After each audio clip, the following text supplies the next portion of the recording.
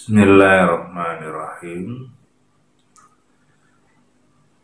Assalamualaikum warahmatullahi wabarakatuh. Alhamdulillahirabbil alamin. Wassalatu wassalamu ala asrofil anbiya'i wal mursalin wa ala alihi wa ashabihi ajma'in. Maba. Saudaraku sekalian, pada kesempatan kali ini saya ingin menyampaikan sebuah tema tentang uang didapatkan dari cara yang tidak seperti biasa, tapi dengan cara-cara yang tertentu yang mengarah gaib tadi. Di antaranya ada cerita yang pernah saya dapatkan.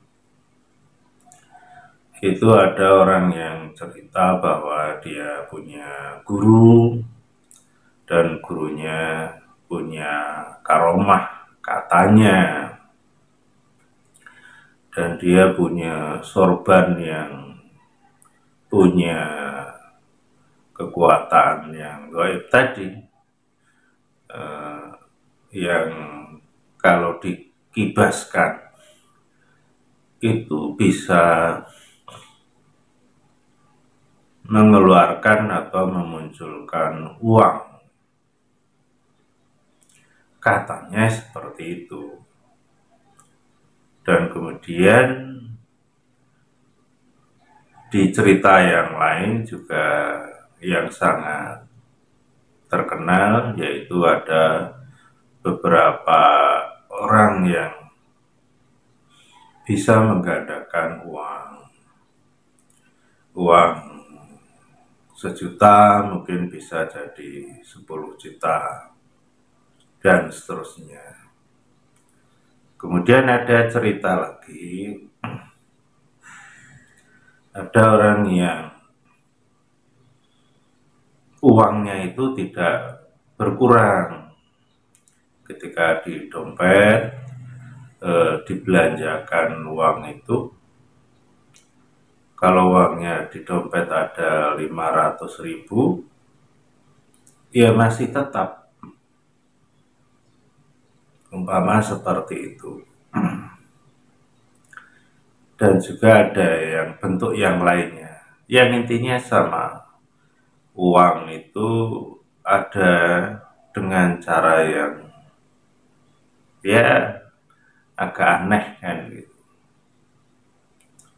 Dan ini saya jadikan satu cerita ini karena ada beberapa hal yang sama, walaupun ada sebagian yang beda. Kesamaannya itu diantaranya,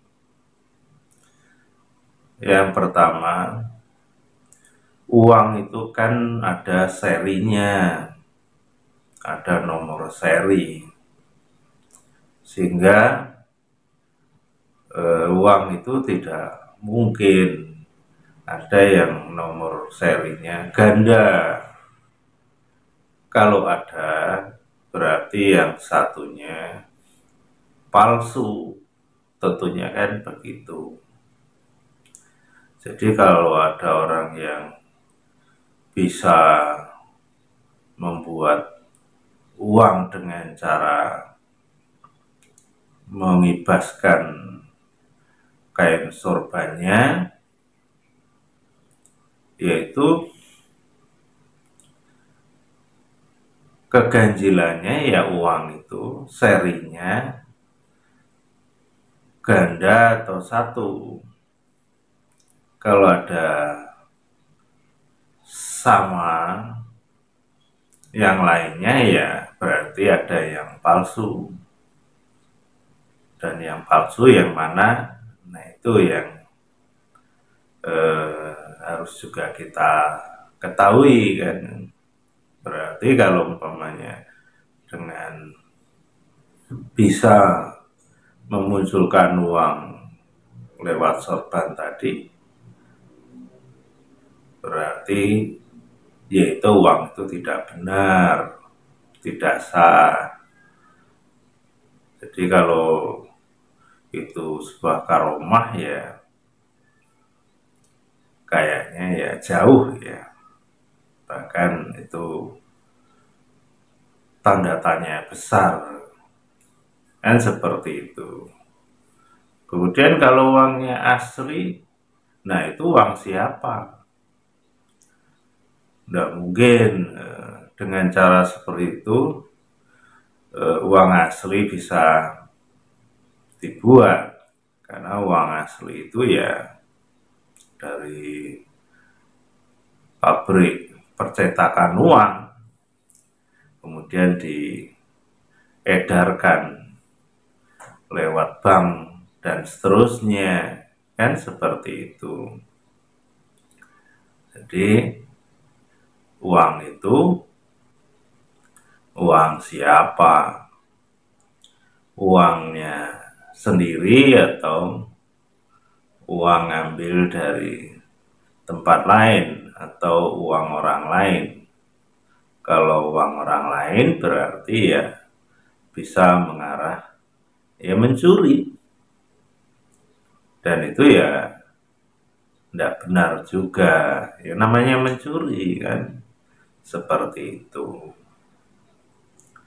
Kemudian yang menggandakan tadi juga sama, uang itu tidak bisa digandakan. Kalau jumlahnya angkanya ratusan ribu bisa, tapi seri itu yang tidak bisa digandakan. Kemudian juga yang uang di dompet yang nggak habis-habis, setiap belanja masih utuh. Nah itu kalau memang benar, artinya uang yang sudah dibelanjakan tadi balik lagi. Berarti itu juga ada unsur penipuan, walaupun lewat magic istilahnya, lewat goib, ilmu-ilmu ya seperti itu. Artinya itu juga sebuah kecurangan, bukan sesuatu yang wah, hebat, ilmunya tinggi, tidak.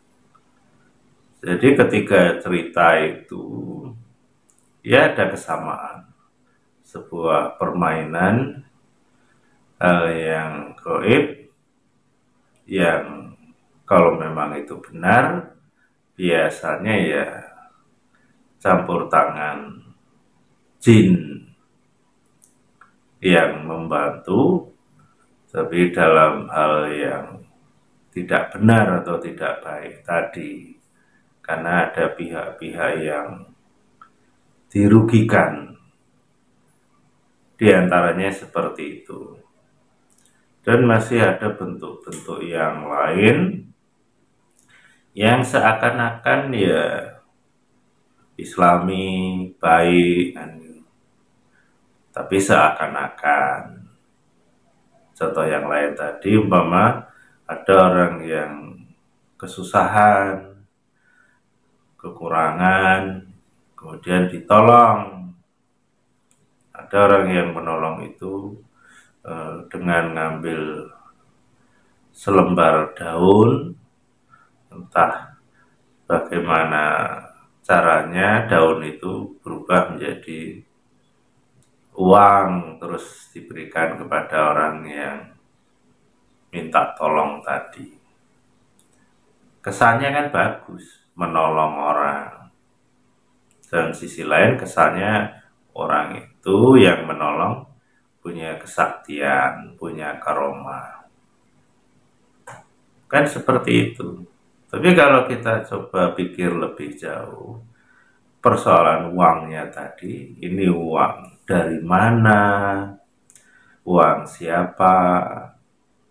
Kalau uang itu asli buatan Bim Salabim, serinya seri berapa, kan gitu. Karena uang itu harus ada serinya dari percetakan dan tidak mungkin double, kan gitu. Nah, ini yang harus juga kita ketahui, karena permainan jin tadi ya sangat manis, seakan-akan baik, seakan-akan karomah. Padahal itu secara halus ya menyesatkan ketauhidan kita, menjadikan kita itu musyrik, menjadikan iman kita juga rusak. Kalau kita tidak paham itu, dan masih banyak hal-hal yang aneh yang lewat uang tadi, yang kesannya benar, baik, apalagi untuk kebaikan, sehingga yang buruk itu tertutup.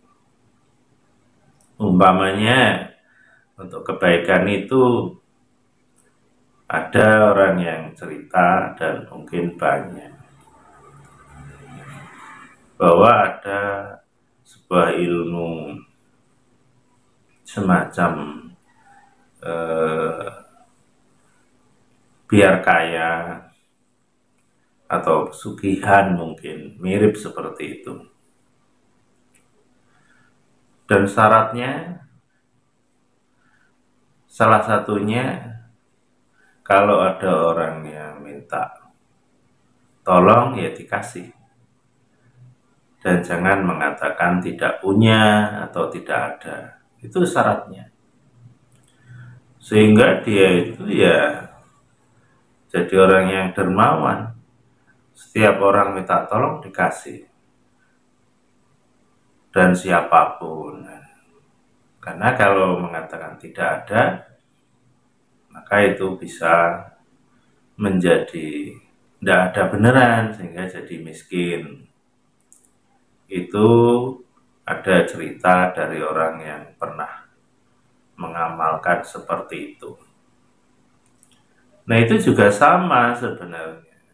Dia melakukan itu bukan karena ikhlas lillahi ta'ala, tapi karena mengamalkan sesuatu amalan yang bisa menjadikan dia kaya raya.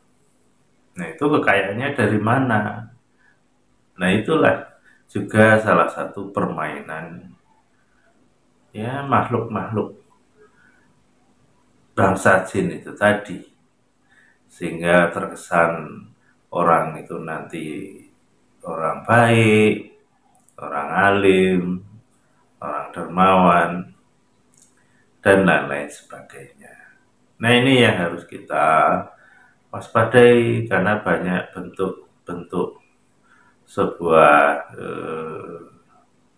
amalan ataupun kegiatan yang seakan-akan itu islami, seakan-akan itu baik, itu karomah, dan lain-lain. Padahal kalau ditelusuri sebenarnya itu bisa saja tipu muslihat bangsa jin ataupun mungkin setan yang menjebak manusia bisa tersesat jauh dari jalan Allah, sehingga amalan-amalan yang dilakukan sehari-hari bisa sia-sia. Nah, itu yang perlu kita tahu, karena banyak di sekitar kita mungkin yang punya keyakinan bahwa hal-hal seperti itu dianggap sah-sah saja, benar, dan memang itu suatu yang baik ataupun kelebihan atau karomah tadi, padahal itu permainan ya jin tadi. Nah, ini saja yang bisa saya sampaikan untuk kesempatan ini, agar kita itu koreksi diri kita, apakah kita pernah melakukan seperti itu. Kalau pernah, ya kita segera minta ampun kepada Allah dan bertobat, karena itu berbahaya bagi iman takwa kita kepada Allah dan bisa merusak amal-amal soleh kita. Naudzubillah min dzalik. Nah, itu saja yang bisa saya sampaikan. Kurang lebih mohon maaf. Assalamualaikum warahmatullahi wabarakatuh.